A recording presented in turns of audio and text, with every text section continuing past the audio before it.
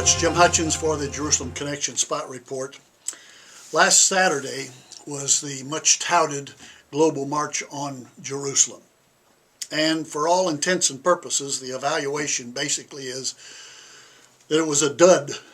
It didn't take place.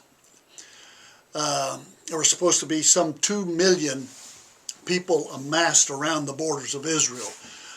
Lebanon in the north, Syria, Jordan in the east, and Egypt and Gaza in the south. At the most, there were probably 100,000, and those were primarily centered in the West Bank and Ramallah, and with Hamas in the south in Gaza. But it's that continued effort on the part of the Palestinians to assert that Jerusalem belongs to them. Now, of course it doesn't. The scriptures are clear on that.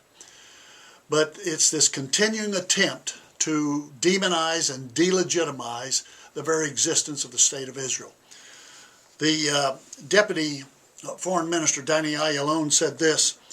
He said this event on Saturday characterized the recent Palestinian political moves against Israel as diplomatic terrorism. Or some are upset at that term, but I think it describes it very well.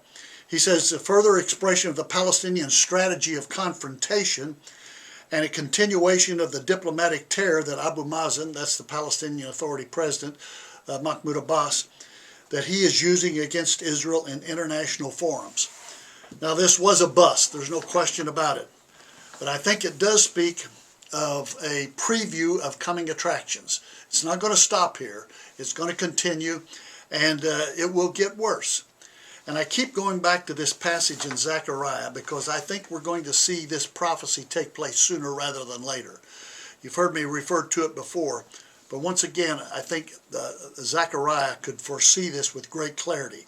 When he says in Zechariah chapter 12, verses 2 through 6, he says, I'm going to make Jerusalem a cup that sends all the surrounding peoples reeling.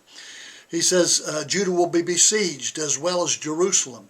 On that day when all the nations of the earth are gathered against her, I will make Jerusalem an immovable rock for all the nations, and all who try to move it will injure themselves.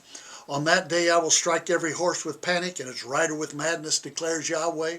I will keep a watchful eye over Judah, but I will blind all the horses of the nations.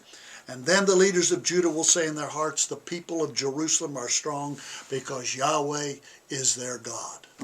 But then he says this, and this is critical. On that day, verse 6, Zechariah chapter 12, on that day I will make the leaders of Judah like a firepot in a woodpile, like a flaming torch among sheaves, and they will consume all the surrounding peoples, right and left.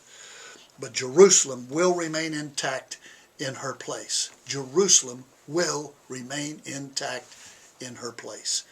Now that's God's verdict. And we can affirm that, and we can believe that, we can stand on that, because Yahweh is our God. He is not the God of the jihadist.